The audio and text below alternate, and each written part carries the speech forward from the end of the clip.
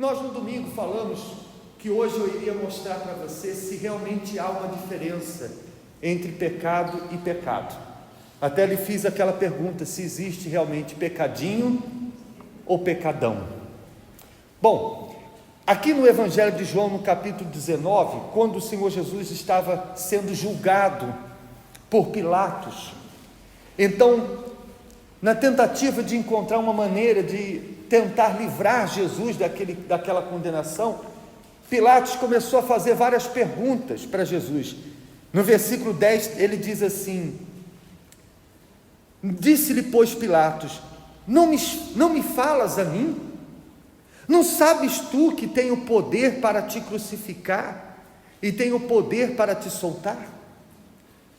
Porque Jesus não falava coisa nenhuma, ficou calado durante todo o julgamento. Então Pilatos achou estranho, porque normalmente as pessoas lutavam para tentar se livrar da punição, e ele não falava nada. Então Pilatos perguntou: vem cá, você não está vendo que eu tenho poder para te condenar ou te absolver, e você não fala nada?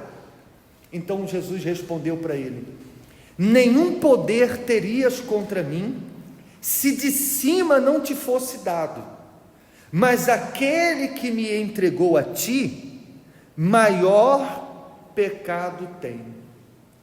Então Jesus falou para ele: olha, porque Pilatos estava lutando com a sua consciência, porque ele sabia que estava prestes a crucificar um inocente, e Jesus sabia disso, mas Jesus disse para ele que o pecado dele em crucificar um inocente não era tão grave quanto o pecado daquele que o havia entregado para ser crucificado, ao ponto de dizer com as suas próprias palavras: quem me entregou a você, maior pecado do que o seu tem.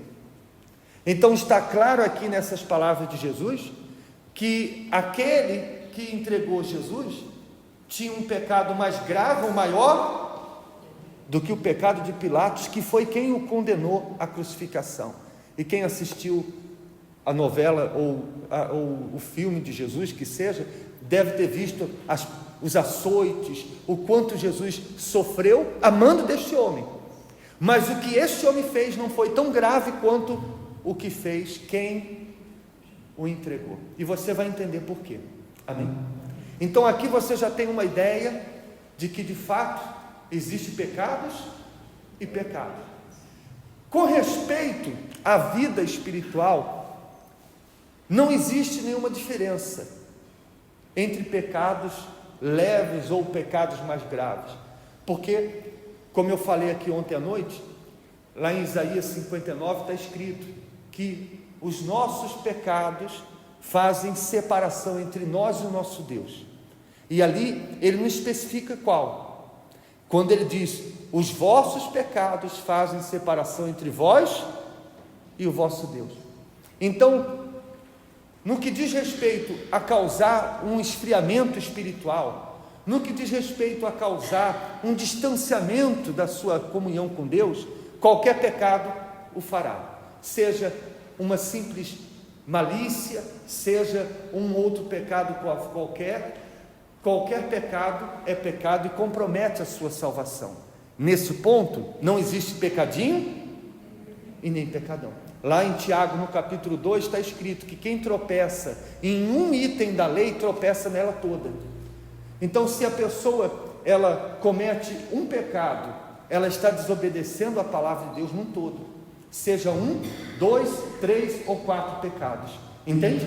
Então a pessoa não pode se justificar dizendo: não, eu peco uma coisa só. Não, quem peca uma, ou duas, ou três, ou uma coisa pequena ou grande, está cometendo pecado do mesmo jeito, está comprometendo a salvação do mesmo jeito. Mas no que diz respeito a consequências do pecado, nós não podemos dizer para você que todos os pecados têm a mesma consequência.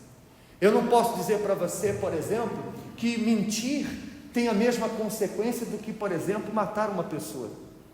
Porque enquanto você pode reparar, por exemplo, um erro como você mentir para alguém, você pode chegar naquela pessoa, dizer a verdade para ela, pedir perdão, você pode ressarcir algum prejuízo que ela teve por você ter mentido. e passar a limpo aquele erro. Por outro lado, quem pode trazer a vida de volta para alguém que ela matou? Não pode. Então, humanamente falando e espiritualmente falando, as consequências do pecado são diferentes. Por exemplo, abra aí em Apocalipse no capítulo 20, quando fala a partir do versículo 11 sobre o juízo final. Vamos ler na revelação do Apocalipse que João teve, como será o julgamento daqueles que não serão salvos. Versículo 11: eu vi um grande trono e o que estava sentado sobre ele, de cuja presença fugiu a terra e o céu, e não se achou lugar para eles. Vi mortos pequenos e grandes, que estavam diante de Deus, e abriram-se os livros, e abriu-se outro livro, que é o da vida, e os mortos foram julgados pelas coisas que estavam escritas nos livros. Leia aí comigo em voz alta: segundo as suas obras. E deu o mar os mortos que nele havia, e a morte e o inferno deram os mortos que neles havia. E, mais uma vez, foram julgados, cada um segundo as suas obras. Então, duas vezes a Bíblia faz questão de dizer que perante o trono de Deus, todos serão julgados de acordo com as suas obras, ou seja, de acordo com o que cada um fez, de acordo com cada pecado, eles receberão uma determinada punição. Amém? Ora, olhe para mim, por favor, pensa comigo, se todos os pecados tivessem a mesma punição, se todos os pecados tivessem a mesma consequência, haveria necessidade de fazer um julgamento? Não. Se todos receberiam a mesma pena, se todos seriam punidos da mesma forma, não haveria necessidade de julgar um por cada pecado. Mas haverá um julgamento para cada pessoa, para analisar cada pecado, como Deus falou lá em Daniel. Lembra daquele rei que usou os utensílios da casa de Deus para fazer festa para os seus convidados, e apareceu na parede escrito: pesado foste na balança e achado em falta. Então Deus pesa o pecado de cada pessoa, e quando fala que Deus pesou, Deus avaliou o pecado de cada pessoa, e como está escrito aqui, cada pessoa no dia do seu julgamento será julgado de acordo com cada pecado. Então um será punido de uma forma e outro punido de outra forma. Entende sim ou não? Então a gente vê que haverá consequências diferentes para cada pecado cometido. Mas o que eu quero dividir com vocês aqui não é fazer uma lista dos pecados mais graves e os pecados menos graves, mas é especificar qual desses, de acordo com a palavra de Deus, aos olhos de Deus, é considerado o mais grave deles todos. Abra aí agora em Lucas, por favor, no capítulo 12.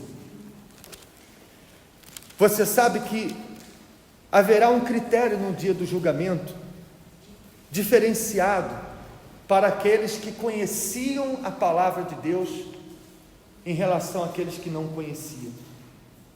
E isso, existem várias passagens bíblicas que mostram. Mas eu queria falar sobre essa aqui, porque eu acredito que essa é a mais clara de todas. Aqui no Evangelho de Lucas, no capítulo 12, Jesus está falando sobre a volta dele. E a partir do versículo 26, ele faz uma comparação, ele fala uma parábola entre dois servos. Veja aí, capítulo 12, versículo 46. Virá o Senhor daquele servo no dia em que não espera, e numa hora que ele não sabe, e separá-lo-á e lhe dará a sua parte com os infiéis. E o servo que soube a vontade do seu Senhor e não se aprontou e nem fez conforme a sua vontade, será castigado com muitos açoites. Mas o que não a soube e fez coisas dignas de açoites, com poucos açoites será castigado. E a qualquer que muito for dado, muito se lhe pedirá, e ao que muito se lhe confiou, muito mais se lhe pedirá. Então, Jesus falando sobre isso, ele dá um exemplo de 2 servos. Os 2 foram punidos, porque os 2 fizeram coisas dignas de serem punidos, mas um não conhecia a vontade do seu Senhor, e foi punido na mesma. O fato dele não conhecer a vontade do seu Senhor, não o livrou da punição, porque como servo, ele deveria se preocupar em conhecer, deveria procurar conhecer a vontade do seu Senhor para executá-la. Isso nos mostra que aquelas pessoas que não conhecem a palavra de Deus e pecam por não conhecer, elas não estarão isentas da condenação por não conhecer a palavra, porque mesmo sem conhecer a palavra, elas deveriam procurar conhecer a vontade de Deus para praticá-la, mas elas não querem conhecer a vontade de Deus, porque eles não querem fazer a vontade de Deus, querem fazer a vontade deles. Então por isso serão punidos. Mas aqui nessa parábola, o Senhor Jesus mostra que aqueles que conheciam a vontade do seu Senhor e não fizeram, receberá mais açoite. A punição para este será o quê? Ainda maior, porque este conhecia a vontade do seu Senhor e deliberadamente, propositalmente não o fez.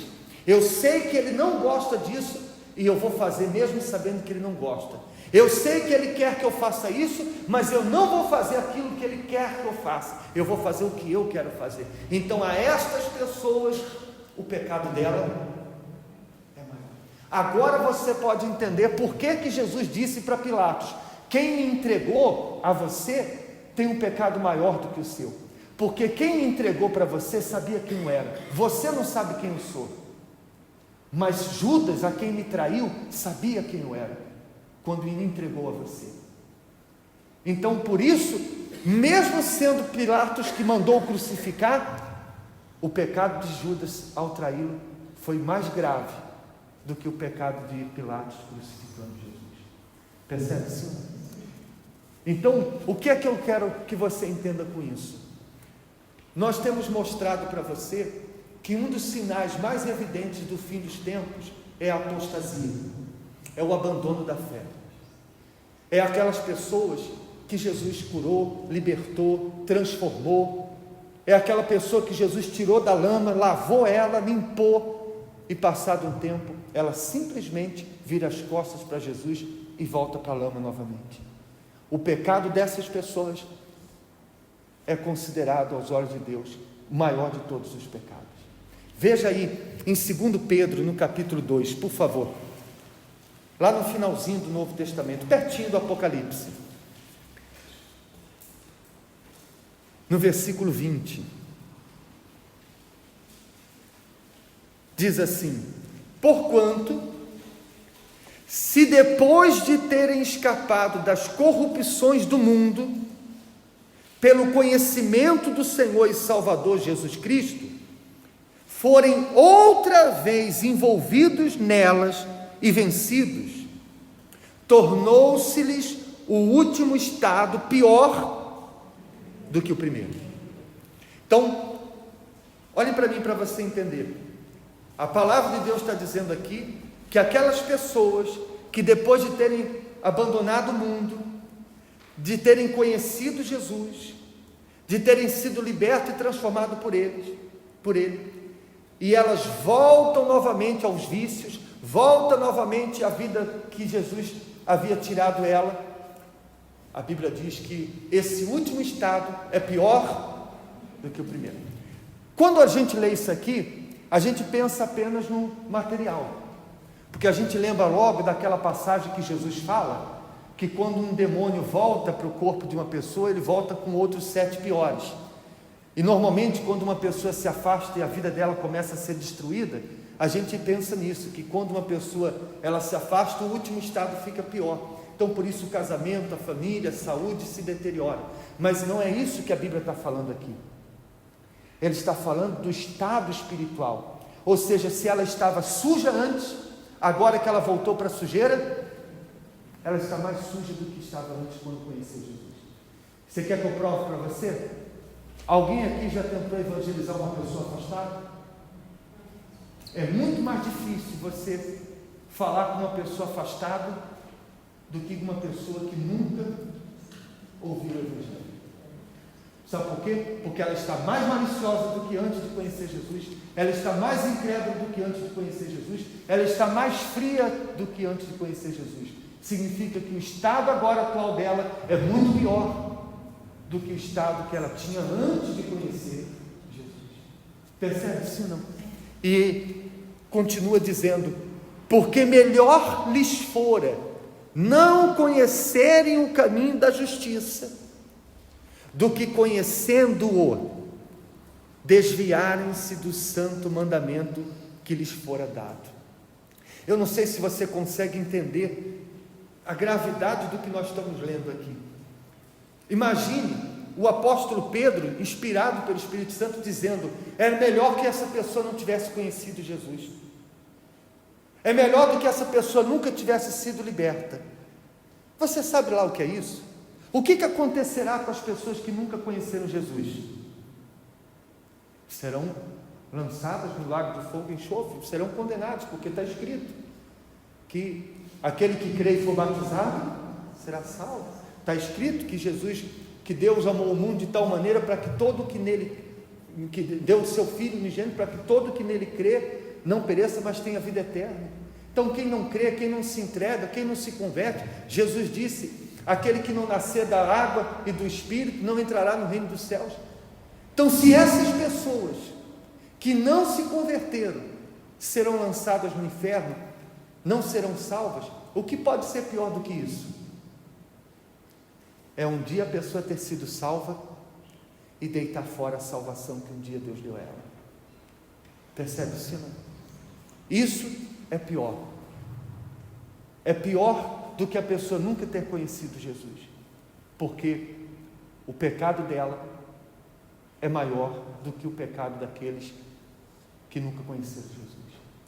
O que eu quero que você entenda com isso? Conhecer Jesus é um privilégio.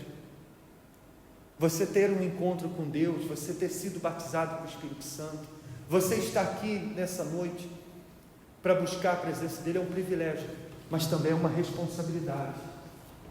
É uma responsabilidade. Porque se você, depois de tudo que Jesus fez por você, e você vira as costas, você abandona a sua fé, você volta para o lugar de onde ele, com tanto sacrifício, te tirou, você está a cometer o pior pecado que uma pessoa pode cometer. Então, por isso, avalie a sua vida com Deus. Não dá para ficar dormindo espiritualmente, não dá para você viver dentro da igreja, com um pé na igreja, um pé no mundo, conhecendo o que você conhece. Não dá para ficar brincando com a sua salvação, tendo amizades que comprometam a sua salvação, sabe, andando ali no perigo, correndo riscos.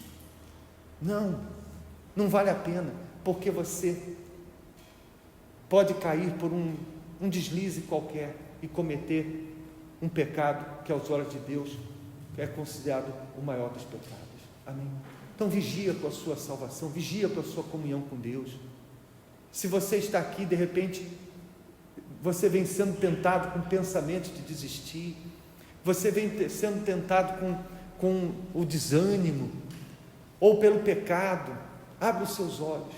O diabo sabe da gravidade do que é uma pessoa virar as costas para Jesus, e ele quer fazer com que você cometa esse erro, como muitos já cometeram.